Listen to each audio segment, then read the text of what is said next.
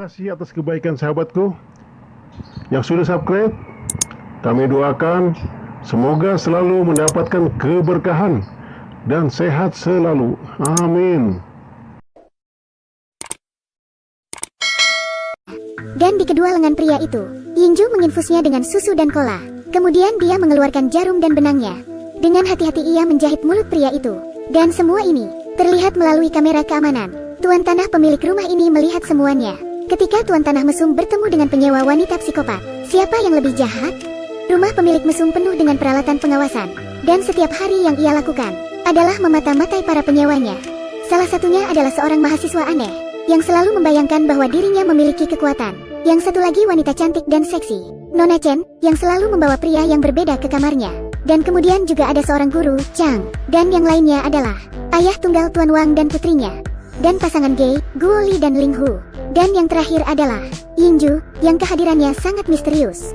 Tuan Tanah dapat melihat melalui semua kamera pengawasnya. Hanya Yinju yang terlalu misterius. Tuan Tanah menjadi sangat tertarik padanya. Jadi dia datang ke kamarnya. Dia siap untuk menyelidiki kehidupan dan pekerjaan Yinju. Dia melihat banyak koper di kamar Yinju. Dia hanya ingin membukanya dan menjelajahi kamarnya. Kemudian Yinju kembali. Tuan Tanah bergegas bersembunyi di bawah tempat tidur. Orang yang kembali ke kamar bersamanya hari ini adalah seorang pria. Yinju melepas roknya di tempat, mengungkapkan kakinya yang putih dan lembut. Lalu dia membawa pria itu ke kamar mandi. Tuan Tanah sedang menunggu untuk melihatnya secara langsung. Tapi tiba-tiba, Yinju menunduk untuk mengambil pakaiannya. Dia melihat Tuan Tanah bersembunyi di bawah tempat tidur. Tapi anehnya, dia tidak mengeksposnya. Dia hanya mengambil pakaiannya dan pergi ke kamar mandi. Tuan Tanah berlari dengan panik. Dia pergi ke kamar mandi dan melihat-lihat. Pria itu berbaring di bak mandi. Dia tidak bergerak lagi. Pemiliknya sangat ketakutan sehingga dia berlari kembali ke kamar. Dia langsung menelpon polisi. Tapi dia tidak bisa menahan rasa penasarannya. Akhirnya dia menutup telepon. Dia memilih untuk melihat dari kamera pengawas apa yang sedang direncanakan oleh Yinju. Yang mengejutkannya lagi, Yinju benar-benar membunuh pria itu. Tuan Tanah belum pernah bertemu dengan seseorang yang bahkan lebih jahat darinya. Dan tepat pada saat itu, Yinju mengetuk pintunya. Dia datang untuk meminjam korek api. Tuan Tanah tidak berani menolak. Jadi dia memberinya sekotak korek api. Siapa yang tahu itu ketika Yinju kembali ke kamarnya. Dia menyalakan lilin. Ia meneteskan lelehan lilin pada pria itu.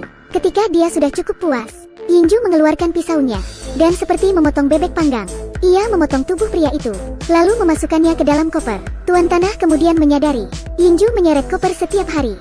Karena ia membawa tubuh mayat itu keluar. Tapi setelah menyaksikan pembunuhan itu, Tuan Tanah tidak merasa takut lagi. Dia mengambil inisiatif untuk berbicara dengan Yinju. Yinju tahu betul, Tuan Tanah sudah tahu tentang pembunuhannya. Jadi dia tidak bertele-tele lagi dengan Tuan Tanah. Yinju berkata pada si Tuan Tanah, alasan mengapa dia melakukan semua ini. Karena di dunia ini, banyak orang yang menjalani hidupnya terlalu sempurna. Dia tidak ingin hidup seperti itu. Jadi dia memilih untuk membunuh orang-orang itu, yang hanya hidup tanpa merasakan kesengsaraan. Setelah mendengarkan kata-kata Yinju, Tuan Tanah tercerahkan. Dia juga tidak ingin menjalani kehidupan yang membosankan. Bahkan Yinju memiliki keberanian untuk membunuh orang. Bagaimana bisa ia kalah dengan wanita? Tuan Tanah sesat ini sering membagikan daging lezat pada para penyewa. Dan penyewa mengira Tuan Tanah mereka adalah orang yang baik. Tapi yang tidak mereka ketahui adalah semua daging itu adalah daging manusia. Tuan Tanah hanyalah seorang penjahat yang mesum. Dan berkat hubungannya dengan Yinju, perlahan-lahan dia mulai merasa bahwa membunuh saja tidak cukup. Dia ingin melakukan sesuatu yang menarik. Pertama, ia pergi membeli ekstasi dan merendamnya dalam obat nyamuk, dan meninggalkannya di depan kamar para penyewa. Yang pertama kali terkena obat itu adalah Zhang. Di bawah pengaruh obat, Zhang, yang sudah naksir Nona Chen, menggunakan kunci yang ia temukan untuk membuka pintu kamar Nona Chen. Dia melihat Nona Chen yang sedang mandi. Ia langsung ke kamar mandi dan menyerangnya. Seluruh proses itu diawasi oleh si Tuan Tanah. Tapi dia masih belum puas dengan itu. Jadi dia pergi membeli obat tidur dan memberikannya kepada mahasiswa yang selalu mengira dirinya memiliki kekuatan. Tuan Tanah membawanya ke kamar pasangan gay. Ketika gay Guo Li dan Ling Hu kembali ke rumah, setelah melihat adegan ini, mereka berpikir bahwa salah satu dari mereka berselingkuh. Ling Hu menamparkan mahasiswa itu. Ia menamparkan mahasiswa itu 2 kali. Baru kemudian mahasiswa itu sadar. Dia dengan putus asa menjelaskan kepada Ling Hu bahwa dia sedang berteleportasi. Tapi Ling Hu tidak percaya omong kosongnya. Ling Hu mengusirnya. Ia kemudian bertengkar hebat dengan Guo Li. Selama argumen mereka, Guo Li secara tidak sengaja membunuhnya dengan pisau. Setelah kehilangan kekasihnya, dia putus asa. Dia tidak tahu apakah harus menyerahkan diri atau melarikan diri. Dia ragu-ragu untuk waktu yang lama. Dia memutuskan untuk pergi ke gunung untuk menggali lubang. untuk mengubur Ling Hu. Tapi dia tidak menyangka, setelah dia pergi, sang tuan tanah menyeret tubuh Ling Hu dan membawanya ke kamar sang mahasiswa. Dan mahasiswa yang sedang tertidur itu, tuan tanah mendorongnya masuk ke kolong dan menyembunyikannya. Kemudian dia menyeret mahasiswa itu ke tempat tidur Nona Chen. Nona Chen yang berada di tengah pertemuan yang tak terlukiskan dengan seorang pria. Tiba-tiba ia melihat seorang pria di bawah tempat tidur. Dia sangat takut sehingga dia hampir kehilangan napasnya. Pria itu berpikir bahwa Nona Chen melakukannya dengan sengaja. Jadi pria itu memukulinya. Untungnya, saudara Zhang tiba tepat waktu. Ia menyelamatkan Nona Chen, tapi dia tidak menghargainya dan menyebut Zhang pria yang pendek dan miskin. Zhang tidak tahan lagi. Dia menamparkan wajah Nona Chen. Dia mengatakan padanya bahwa dia dulu suka melakukan kekerasan dalam rumah tangga. Saat mereka sedang bertengkar, Tuan Tanah dan Yingju sudah bertindak serempak. Ya ampun, tak adakah yang bisa menolong gadis malang ini? Mulutnya dibalut dengan plester, tangan dan kakinya diikat ke kursi. Pada saat itu seorang wanita berpakaian putih masuk, dan kedua tangan memegang sesuatu. Sebuah kotak berisi cairan kuning. Dan ketika dilihat lebih dekat lagi, di dalamnya terdapat rendaman tikus mati. Gadis itu terisak keras. Tak peduli sekeras apa ia mencoba kabur, ia gagal. Wanita itu mengambil seluruh tikus yang mati itu dan memasukkannya ke dalam mulutnya. Dan kemudian mulutnya disegel kembali dengan plester. Tuan Tanah melihatnya di kamera pengawas. Ia berpikir bahwa Yingju bersaing dengan dirinya sendiri untuk melihat siapa yang lebih jahat. Tuan Tanah membawa gadis itu pergi dan menyembunyikannya di lemari Zhang. Sekarang Putri Wang ada di rumah Zhang dan dalam keadaan yang buruk. Jika mereka pulang dan melihat pemandangan ini, apa yang akan terjadi kemudian? Mahasiswa itu terbangun dengan bingung. Dia pikir dia memiliki kekuatan teleportasi. Hari itu, dia baru saja kembali ke kamarnya. Tiba-tiba dia melihat mayat di bawah tempat tidurnya. Ia terkejut. Dia tidak tahu apakah dia telah membunuh seseorang saat berteleportasi. Tepat ketika dia panik, Guoli, pembunuh sebenarnya, menyadari bahwa mayat Ling Hu telah hilang. Dan satu-satunya yang ia curigai hanya mahasiswa itu. Guoli sudah menduganya. Benar saja, mayat Ling Hu ada di rumah mahasiswa itu. Guoli berpikir bahwa mahasiswa itu telah mencuri mayatnya. Tapi dia tidak tahu bahwa Tuan Tanah berada di balik semua ini. Dia dan mahasiswa itu berdebat. Dia ingin mengambil tubuh Ling Hu. Pada saat itu, Tuan Tanah muncul di waktu yang tepat. Dia pura-pura ketakutan. Dia memohon pada Guoli untuk tidak memberitahu siapapun tentang pembunuhan itu. Kalau tidak, rumahnya tidak akan laku lagi.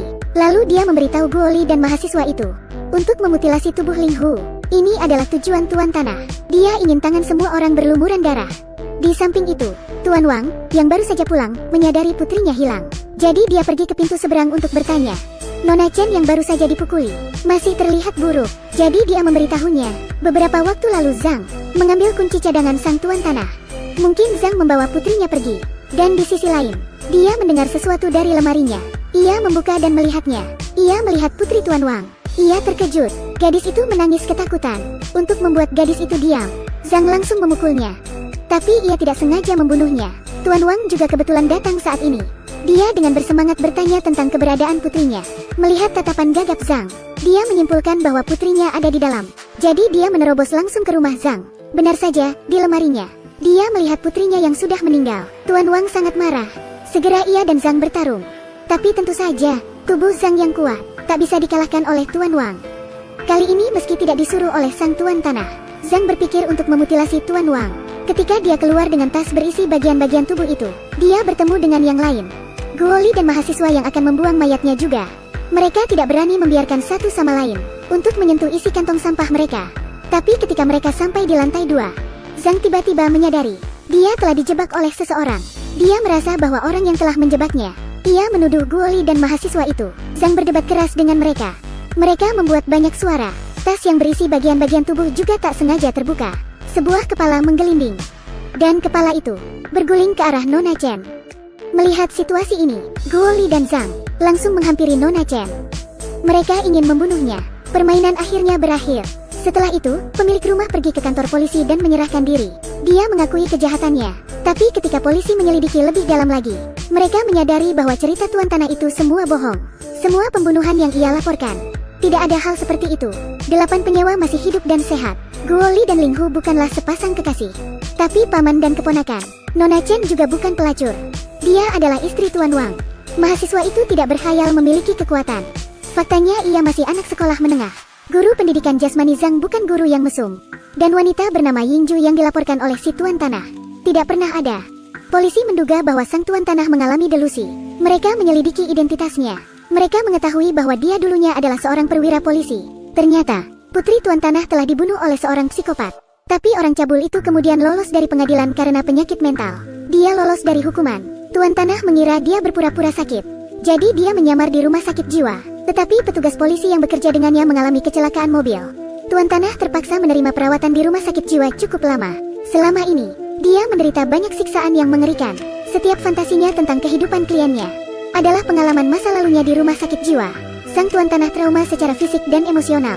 Di rumah sakit jiwa ini, dia bertemu dengan psikopat yang membunuh putrinya. Dan dia menyadari, pria itu benar-benar sakit. Psikopat itu memberi Sang Tuan Tanah satu set kunci rumah yang kemudian ia gunakan untuk disewakan setelah ia meninggalkan rumah sakit jiwa. Rumah itu kini menjadi miliknya.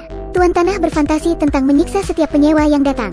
Tapi nyatanya ia tak pernah menyakiti siapapun. Dia hanya hidup dalam fantasinya. Fantasinya tumbuh lebih dalam dan semakin dalam. Akhirnya, dia memilih untuk menyerahkan diri ke polisi. Yinju yang dia lihat, kemungkinan besar bukan manusia, namun kepribadiannya yang lain. Dan hal itu terjadi karena ia trauma dengan kematian putrinya. Tuan Tanah menyiksa dirinya sendiri. Dan semakin dalam ia menyiksa dirinya, Tuan Tanah menjadi semakin menyedihkan. Dan ia mulai gila. Namun semua cerita yang ia ceritakan itu tidak benar. Ia tidak pernah menyiksa orang lain. Dia hidup dalam fantasi yang ia ciptakan sendiri.